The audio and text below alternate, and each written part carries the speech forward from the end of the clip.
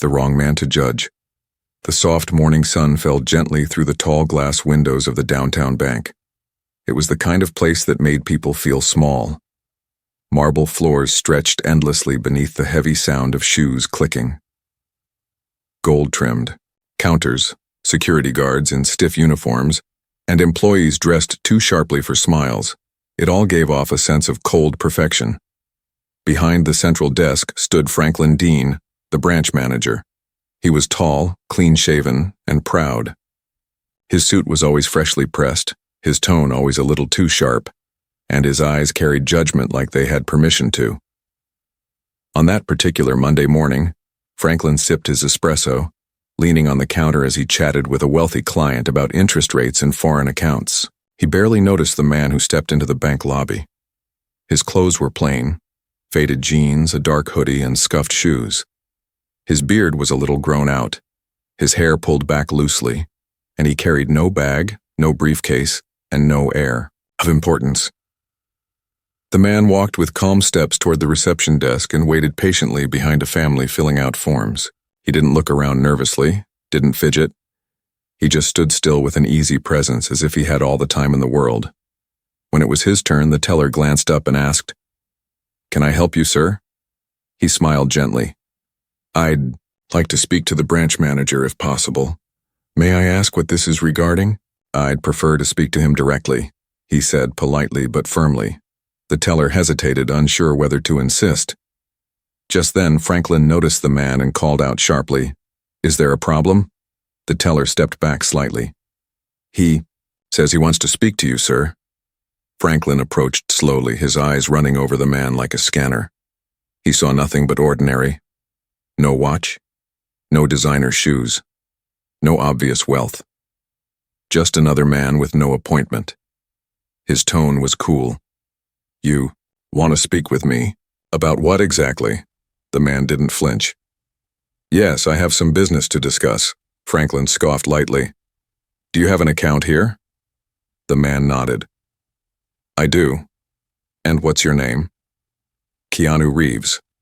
At that, a few people in the bank turned their heads. Not everyone recognized him instantly. After all, he wasn't dressed like a movie star, but a couple of younger customers whispered and pointed subtly. Franklin raised an eyebrow. "Sure you are," he said, rolling his eyes. "Listen, Mr. Reeves, or whoever you are, this bank doesn't allow loitering or strange behavior. If you're here to cash a check or open a simple account, you can speak to the tellers." "This is about something bigger than that," Keanu said calmly. Franklin's expression hardened. He didn't like being challenged, especially not by someone who looked like he walked in off the street. He took a step closer, his voice lowering. "You think you can just walk in here, ask for the manager, and jump the line like some VIP?" Keanu didn't raise his voice. He didn't defend himself. He simply said, "I believe it's important, and I assure you, you'll want to hear it." Franklin shook his head. "No, I don't think I do. I don't deal with nonsense. If you don't leave now, I'll have security escort you out." One of the guards, already on alert, stepped forward. But before he could touch Keanu, an older woman in line called out, "That's Keanu Reeves, the actor." Another voice joined in. "He's the guy from the movies, yeah, John Wick." Suddenly, the air in the room changed.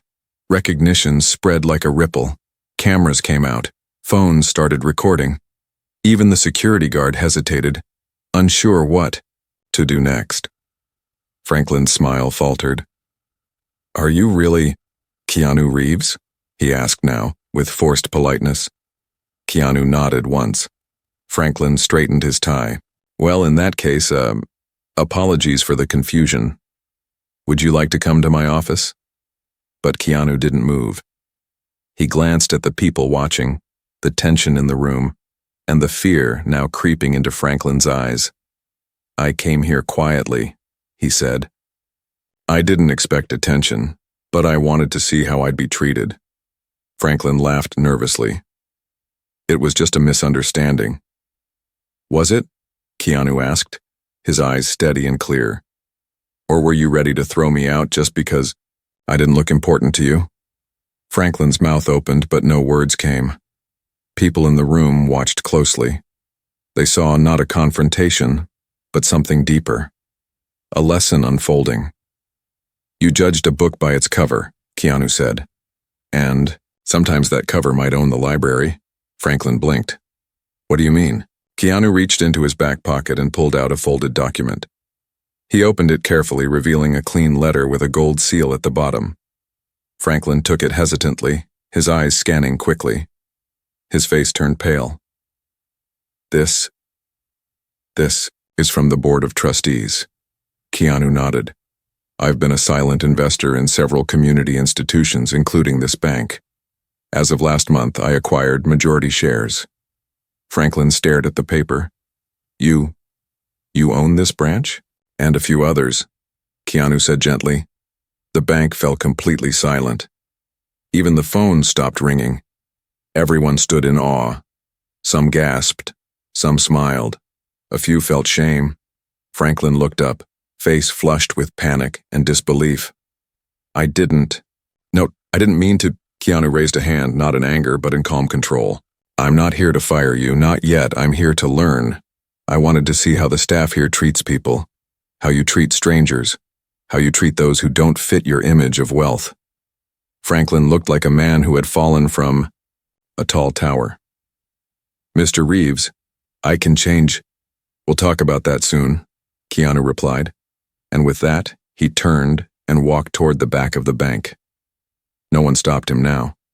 A staff member rushed ahead to hold the door. People watched as he passed, humbled by his quiet authority. Outside the bank, a single tear slid down the cheek of an elderly man who had once been refused a loan by Franklin. He whispered, "Finally, someone who sees what really matters." Keanu stepped into the private elevator reserved only for the highest executives. The doors closed slowly. As the numbers ticked upward, he sighed quietly. But deep inside, he knew this was only the beginning. Whispers behind the glass walls, as the elevator hummed quietly upward. Keanu stood still with his hands in his pockets, his reflection caught in the polished chrome doors. The cold silence inside gave him space to think. The bank had been just another business venture to him once, an investment buried among many. But something about this branch had drawn his attention. Not the architecture, not the figures in the financial reports, but the letters, the complaints, the whispers. 3 months ago, a bundle of anonymous notes had landed on the desk of one of Keanu's trusted advisors. Handwritten letters, unpolished, full of pain. They told stories of elderly clients being rushed out without care, of disabled veterans being denied assistance, of single mothers being spoken to with thinly veiled disgust. Each one pointed back to this branch, and most of them mentioned the same name, Franklin Dean. The elevator dinged softly, interrupting his thoughts. The door slid open into the executive floor, a quiet, carpeted corridor lined with glass offices and conference rooms. A woman in a navy blue blazer stood waiting. Her badge read Claire, assistant to the regional board. She bowed her head slightly. Mr. Reeves, we weren't expecting you until next week. Keanu gave a soft smile. Plans changed. She hesitated. Should I alert the board? Not yet. I want to meet the team first. Everyone. No titles, no pressure. Claire nodded, although she seemed nervous. She led him into a side office usually reserved for visiting partners. Inside, a hot coffee and a folder of updated reports awaited him on the desk. Keanu didn't touch either. He looked through the glass panels toward the rows of cubicles beyond. It was the same as any other corporate space, organized, efficient, cold. Then he spoke, almost to himself. Sometimes the walls of power are made of glass, but people inside still pretend they can't be seen. Claire blinked. Excuse me, sir? Nothing, he said gently. Claire, I want you to call a staff meeting. Every employee, even the janitors. That's highly unusual, sir. So is someone being told to leave a bank because they don't wear a suit, he replied without edge. Only truth. Claire nodded, now understanding this visit wasn't for a press event or photo opportunity. It was something deeper. Within the hour, the lower floor bustled with confusion. Tellers stopped mid-transaction. Mid-level managers abandoned spreadsheets. Cleaners set down mops. The news spread quickly. The new owner is here, and he wants to speak to us all. Employees gathered in the bank's modest lobby, unsure what to expect. Franklin stood near the back, red-faced and anxious. He had tried to smooth his suit, fix his tie, even instruct others on how to stand, but no one listened to him now. Keanu entered the room quietly without any announcement. He didn't walk with power, but with presence. The chatter faded into silence. He stood at the center of the room, hands folded calmly, and scanned the faces before him, different ages, different races, different burdens in their eyes. Many looked tired. Others looked curious. A few looked scared. "Thank you for coming," he began, his voice soft but strong. "I know this isn't how your Monday usually goes, but I believe in seeing people, not resumes, not performance reports. Just people." A murmur ran through the room.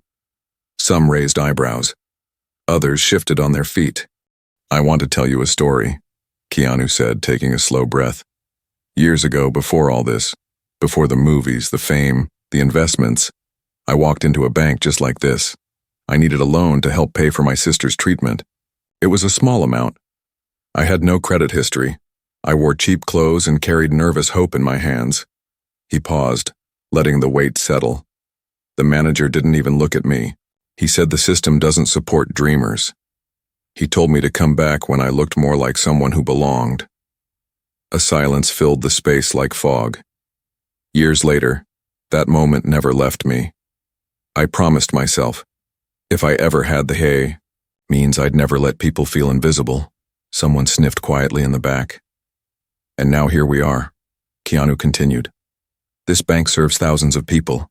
Parents trying to feed their kids, students hoping for scholarships, elderly couples planning retirement, veterans trying to rebuild, and every single one of them deserves kindness." He looked directly at Franklin now, who lowered his gaze. "Some of you have forgotten that. Not all. But enough. And that's why I'm here. Not to punish, but to see, to understand, to rebuild." A young intern in the crowd raised her hand timidly. "But, sir, will people lose their jobs?" Keanu smiled gently. "I believe in second chances, but I also believe in accountability. Everyone will be evaluated not by their numbers, but by how they treat others." An older security guard stepped forward, his voice gravelly. "You're the first owner who's even spoken to us." "Then I'm already late," Keanu replied, "and I plan to change that." He turned to Claire, who stood at the edge of the crowd. "I want a full employee review, not based on rank or title. I want stories, experiences. I want to hear from the customers too." Claire nodded. "We'll start immediately." As the staff dispersed slowly, there was a strange quiet. Not of fear, but of reflection. Even the marble floor didn't echo as loudly. Keanu turned and walked back upstairs. But he wasn't alone. The young intern who had spoken up earlier followed him. She wore an oversized sweater and held a notebook like armor. "Mr. Reeves," she said, breathless. "Can I ask something personal?" "Sure," he replied. "Why didn't you tell people who you were earlier today?" Keanu looked at her for a long moment. "Because the world doesn't change when people are nice to those with power," he said. "It changes when they're kind to strangers." As he stepped into the elevator again, his phone buzzed. It was a message from his advisor. "You were right. The complaints were worse than we thought. There's something else you need to know." Keanu stared at the screen, heart growing heavier. Something darker was brewing inside the bank, and he had only scratched the surface. A balance sheet of secrets the afternoon sun had started to cast, long shadows across the tall windows of the bank. When Keanu returned to the executive office, the air in the room was colder now, though the temperature hadn't changed. Something about the silence felt heavier, as if the walls themselves were holding their breath. Keanu sat down slowly, resting his phone on the edge of the desk, the screen still glowing with the message from his advisor. "The complaints were worse than we thought. There's something else you need to know." He picked up the phone and dialed back. Within moments, a familiar voice came through, low, calm, and precise. Her name was Evelyn Zhao, A brilliant analyst and longtime friend who had handled his investments with quiet loyalty for over a decade. "I was hoping you'd call right away," she said without greeting. "I'm here," Keanu replied. "What did you find?" "The staff mistreatment. It's just the surface, there's something deeper." I started digging into financial inconsistencies between the monthly reports filed by this branch and the core bank system. Small things at first, rounding errors, off-balance ledgers, then I traced them further. Someone's been laundering money through customer accounts. Keanu leaned forward, brows tightening. "Who?" "I don't have the final name yet, but all signs point toward an internal operation. It's being hidden through shell transfers, loan rejections, and fake service fees. Whoever's doing it, they're experienced and protected." Keanu's jaw tensed slightly. "Does Franklin know?" "That's the thing," Evelyn replied. "He might not be behind it, but he's definitely involved. Or someone's using his name to sign off digital authorizations." Keanu sat back, staring out through the glass. Far below, people moved in and out of the bank's main entrance, unaware of the rot festering beneath polished tiles and friendly posters. He rubbed his face slowly. "Thank you, Evelyn. Keep digging. I want names, numbers, and every shadow accounted for." "Already on it," she said. As the call ended, Keanu stood and paced slowly around the office. He didn't like corruption. Not just because it broke laws, but because it broke trust. And trust to him was the only currency that mattered. He remembered the elderly man's tear from earlier. How many others had been cheated, manipulated, dismissed? How many single parents had been denied loans with lies about unapproved terms? How many accounts had been drained penny by penny under the pretense of service fees? A soft knock broke his thoughts. Claire stepped in, her hands trembling slightly. "Sir, there's something you should see." She led him down the hallway into a back room that had once been a records office, but now served as a makeshift storage area. Paper boxes, unused file cabinets, and a few obsolete computers cluttered the space. She picked up a small locked metal drawer and opened it with a key she had found taped under Franklin's desk. Inside were dozens of envelopes, old letters, handwritten complaints, denied refund forms, printed emails marked confidential. One envelope bore the red stamp, urgent, escalation required. It had never been opened. Keanu picked up one of the letters. The handwriting was shaky. "Dear Manager, I am a retired Navy officer. I came in to ask about a loan to help my granddaughter start college. I was told my pension was not reliable income. I was mocked.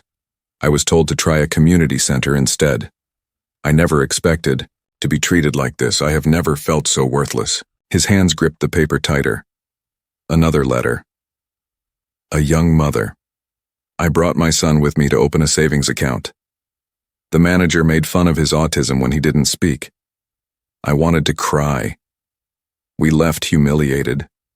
Please don't let this happen to another child." Letter after letter, pain after pain, each one ignored, each one buried. Keanu looked at Claire. "Why didn't anyone act on these?" Claire's eyes welled up. "I didn't know about them until now. He kept everything locked. Even emails from the internal ethics team were flagged as junk mail. I thought he was strict, but I never imagined." Keanu placed the letters back in the drawer. "We'll act on everyone. The people who wrote these, they matter." He left the room with a storm in his heart. But he didn't head back to the office. Instead, he went downstairs to the surveillance room. A middle-aged technician sat watching a wall of screens showing live and recorded footage from every corner of the building. Keanu leaned down. "Can you pull footage from the past month? I want to see how Franklin interacts with clients." The technician didn't ask questions. Within minutes, the screen lit up with clips. Each one told a story. A single mother being rushed through her questions with impatience and fake smiles. An old man trying to explain a transaction, only to be talked over and dismissed. A young black teenager asking about student accounts being followed by security for no reason. A disabled man rolling up to the counter ignored until he spoke up. Keanu watched them all. He didn't speak. He didn't blink. Only when a final clip played, One where Franklin whispered to a wealthy man laughing and pointing toward a homeless person waiting near the doors. Did Keanu rise from the chair? He whispered to the technician. Save all these. We'll need them soon. The next day, Keanu arrived early long before the bank opened, dressed again in simple clothes. No fanfare, no cameras. But this time, he wasn't alone. Beside him walked a woman in a black coat, an ethics officer from the Central Board. Behind her, Evelyn herself had flown in overnight. She carried 2 folders, one legal, one personal. Claire greeted them all with quiet awe. Are you going to confront him today? Keanu nodded slowly. No more pretending. At 9 a.m. sharp, the bank opened as usual. Clients came in. The day started normal. But at 9:15, a voice came through the intercom, Claire's. Attention all staff. Please report to the main lobby immediately. This is a mandatory assembly. Franklin stormed out of his office, confused and annoyed. What is this? Who authorized? Then he saw Keanu standing near the reception desk, surrounded by board, officials and staff. Every eye turned to him, his face twisted. You had no right. Franklin Dean, Keanu said gently, I think we need to talk. And this time, the entire bank was listening. The fall of the gatekeeper, for a moment. Everything stood still in the bank lobby. No one moved. No one spoke. Even the security cameras, usually swiveling quietly in their mounted positions, seemed frozen in place. The tension was thick, stretching, like a taut wire between the cold arrogance on Franklin Dean's face and the calm, deliberate presence of Keanu Reeves. Employees watched from behind desks. Clients turned from their chairs. Even the cleaning staff lingered in corners, knowing something rare was about to unfold. Truth, long hidden, now marching into the open. Franklin stepped forward, his voice louder than necessary. I demand to know what this is. I've served this bank for over 10 years. You don't walk in and humiliate me in front of everyone, celebrity or not. Keanu didn't flinch. He simply nodded at Evelyn, who opened the black folder in her hand and walked over to the front desk. She placed a slim silver laptop on the marble surface, connected it to the bank's projector, and within seconds, a still image flashed onto the large display behind them.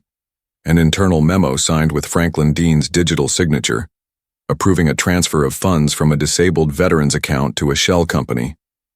Gasps rippled through the crowd. Keanu turned to the staff, his voice steady. This isn't a trial, it's a truth session. And the truth is, we've uncovered a long pattern of internal exploitation, emotional abuse, and criminal activity conducted right under the eyes of leadership. Franklin, your name is on the approvals. And even if you weren't the mastermind, you let it happen. Franklin's face turned crimson. You think you're a hero for putting on a show? I was running this bank, making numbers grow, tightening operations. You think kindness pays the bills? Keanu stepped closer. I think trust does. And you burned it. The ethics officer, a sharp-eyed woman named Sandra, took over. She pulled up 3 more documents. Loan denials overridden for people of color, secret bonus approvals to a limited group of managers, and transaction fees created without customer consent.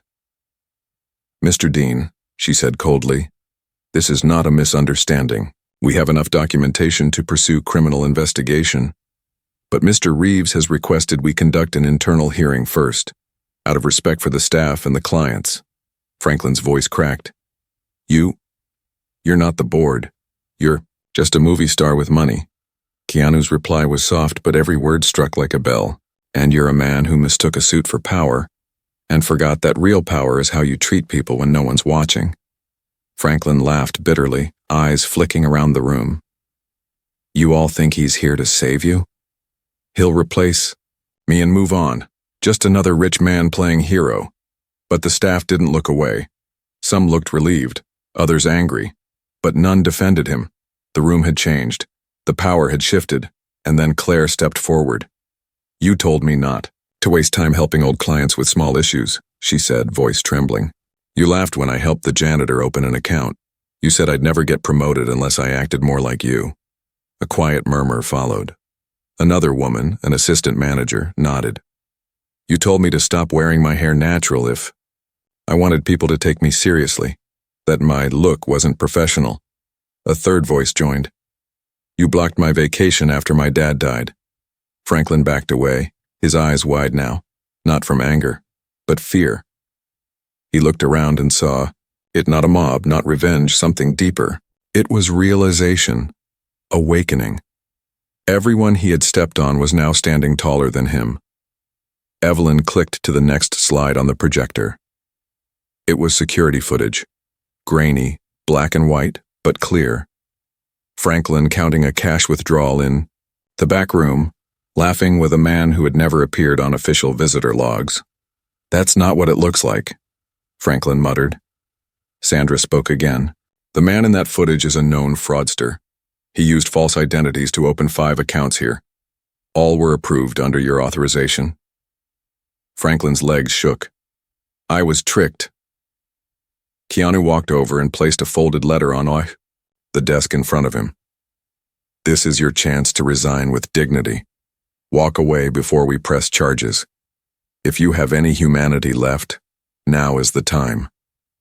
Franklin looked at the letter, then at Keanu, then at the sea of faces, silent, unyielding, done with fear. For the first time in his career, Franklin Dean looked like a man who truly saw himself in the mirror, not a manager, not a leader. Just a man who had been drunk on control and blind to consequence. He picked up the pen. His hand shook as he signed, and then he left. No words, no farewell. Just the soft echo of his footsteps against the marble floor, as he walked past the people he once ruled over, now free from his shadow. The moment passed in heavy quiet, but something lingered. An emotional stillness. Not victory. Not yet. Just the breath right before the healing begins. Keanu faced the staff again. This isn't over. What he did left damage, and it's our duty to fix it. Claire asked gently, How do we start? Keanu looked around and spoke with deep sincerity. By listening. Over the next few days, everything changed. The bank's office turned into a listening space. Open forums were held. Employees told stories. Clients shared what they went through.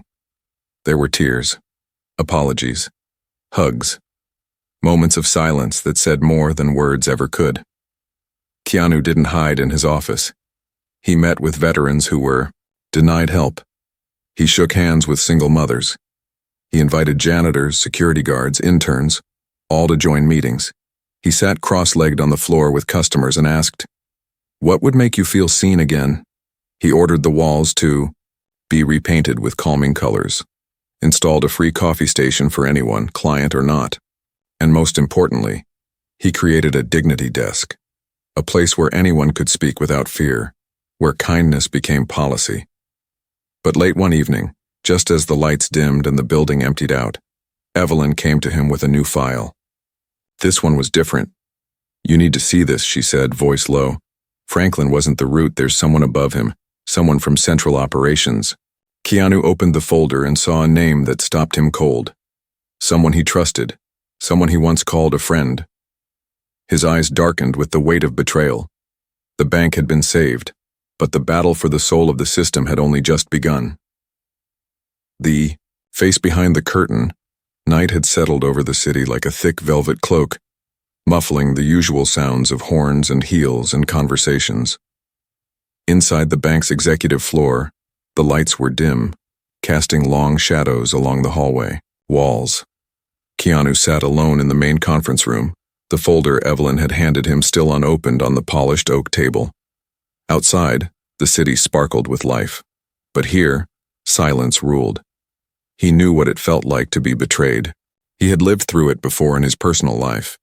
Friends who vanished after fame, promises broken in the dark, people who had smiled while planting knives in his back. But this was different. This was betrayal within something he believed could be changed. Something he was trying to rebuild from the ground up. With slow fingers, he opened the file. The name stared back at him like a quiet whisper from the past. Bradley Gibbons. Bradley had been with the central corporate team for nearly 15 years. He wasn't flashy, not like Franklin. He wore plain suits, spoke softly, and avoided the spotlight. But underneath that humility was a cunning strategist, one who understood loopholes, systems, and, most importantly, how to hide things in plain sight. Keanu flipped through the pages. There were emails flagged by Evelyn's filters, messages where Bradley approved suspicious shell company transactions, monthly reports where fees were quietly rerouted into consulting services, patterns of denied loans matched with unauthorized fund redirections. Franklin's signature had been used, but Bradley's was on the authorization hierarchy behind it all. Keanu's chest grew heavy. Bradley had been the one who first convinced him to invest in the bank. They had shared coffee, talked philosophy, even once spoke about using business to heal communities. He had seemed genuine, but now, that same man had orchestrated the very system that wounded so many. Just then, Evelyn stepped in.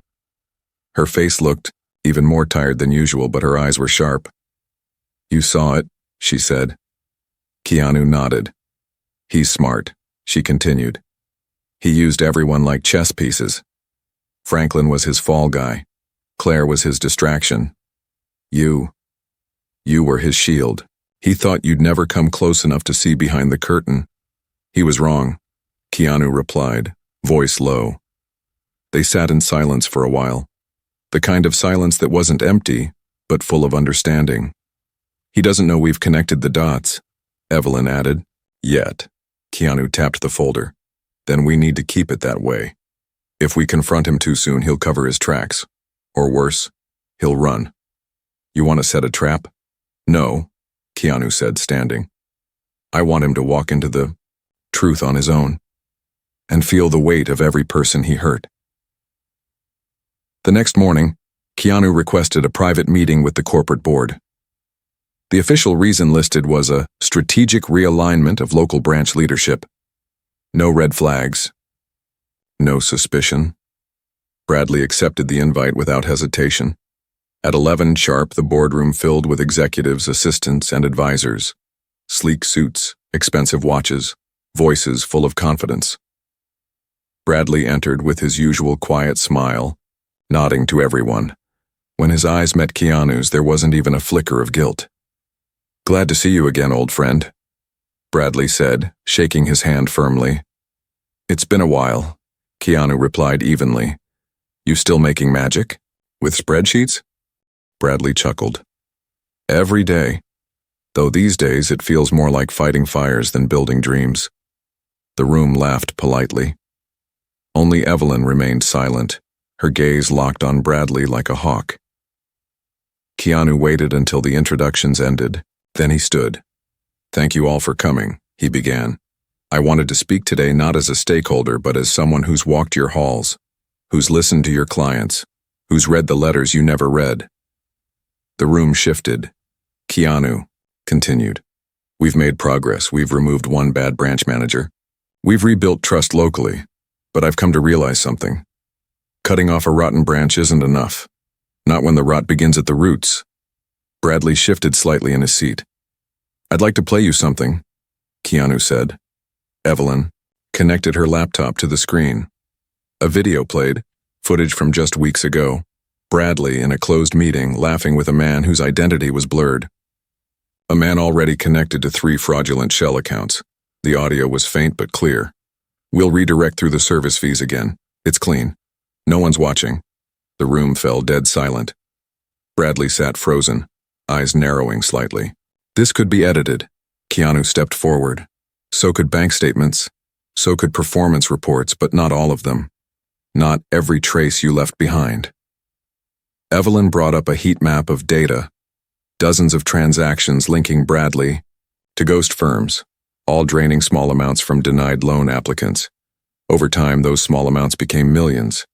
"You stole from the struggling," Keanu said, "and you thought no one would notice because the amounts were too small to raise alarms, because no one would believe you could do something so heartless."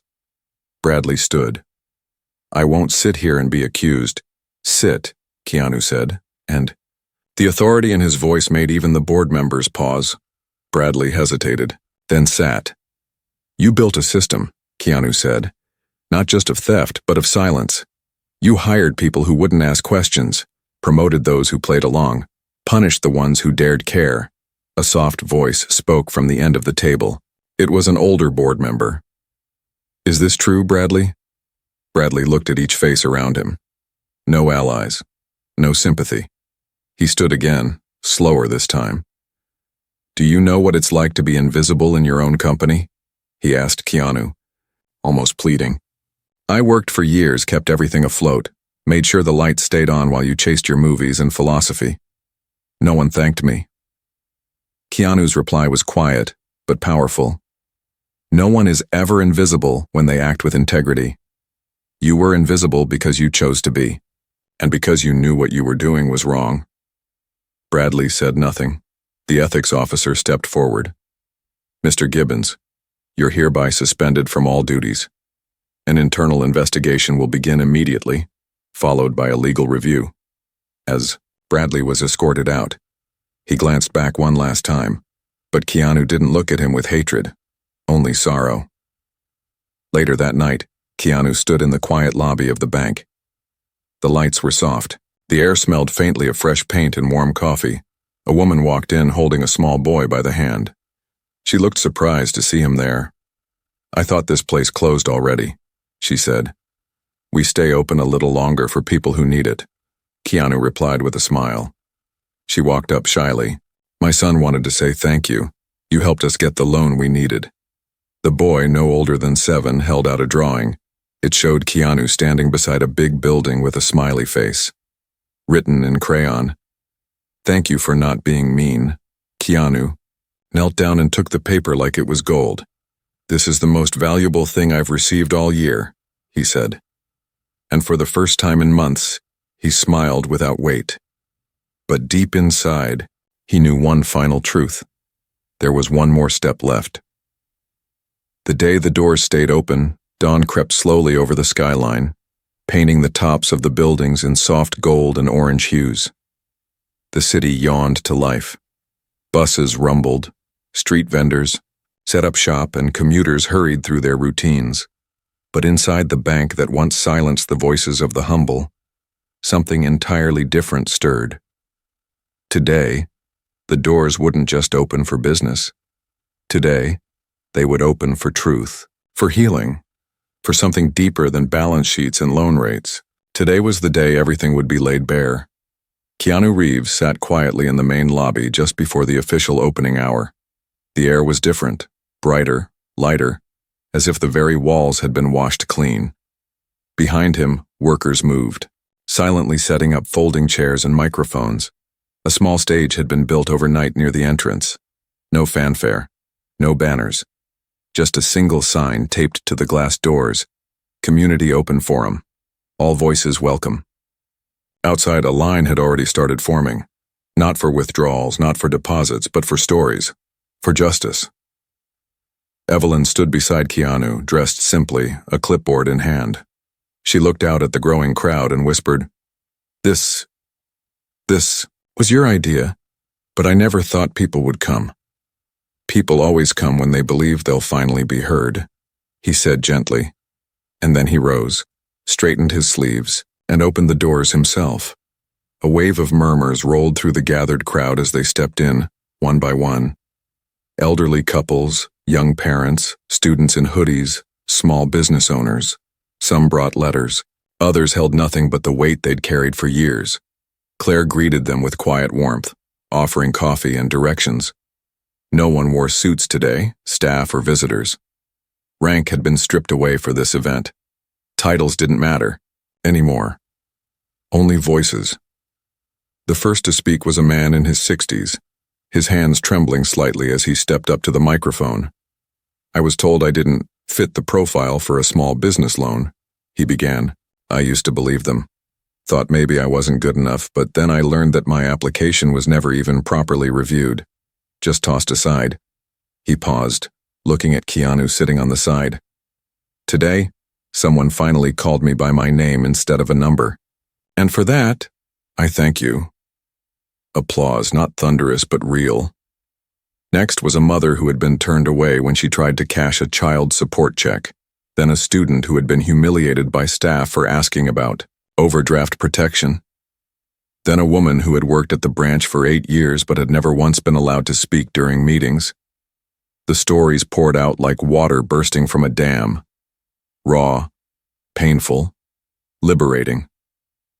Through it all, Keanu sat, with his hands folded, listening, not interrupting, not correcting, just holding space. Sometimes he'd nod, sometimes his eyes would brim with tears. And every time someone finished, he stood to shake their hand. Hours passed.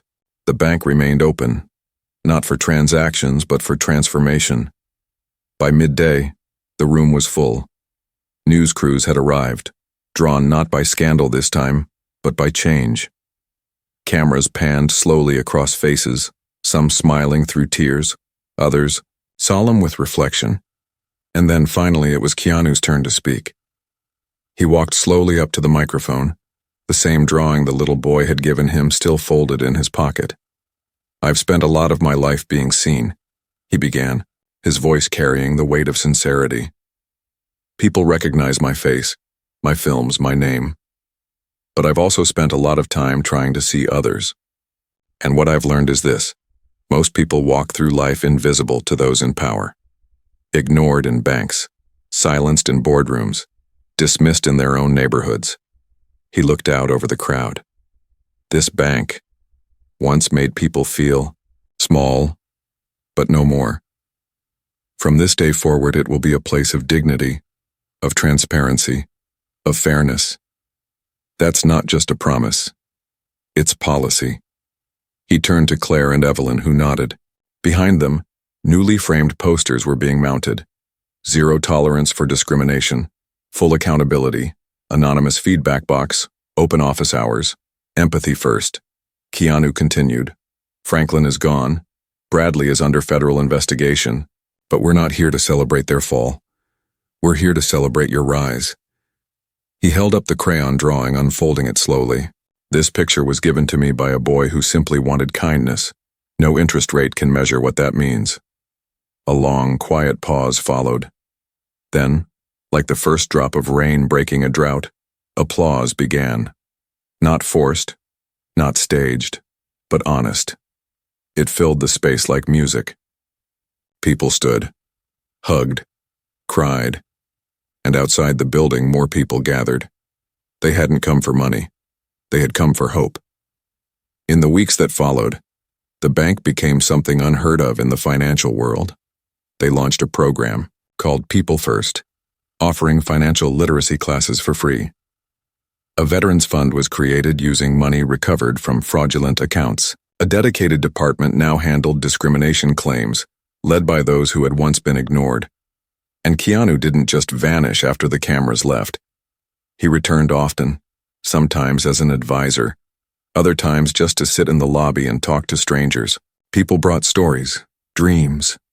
Some brought baked goods. One afternoon, a little girl came in with a piggy bank and asked to open her first savings account. Keanu walked her to the desk himself. The employee at the counter smiled and said, "What name should we put it under?" The girl grinned. "Hope." Keanu smiled back. "That's the best investment you'll ever make." Months later, during a financial summit, a young journalist asked Keanu, "Why did you get involved with a bank in the first place?" His answer was simple: because kindness should be the strongest currency in the world. And from that day, on the bank's new motto printed on every wall, screen, and card was just 5 words long: "We see you, we care."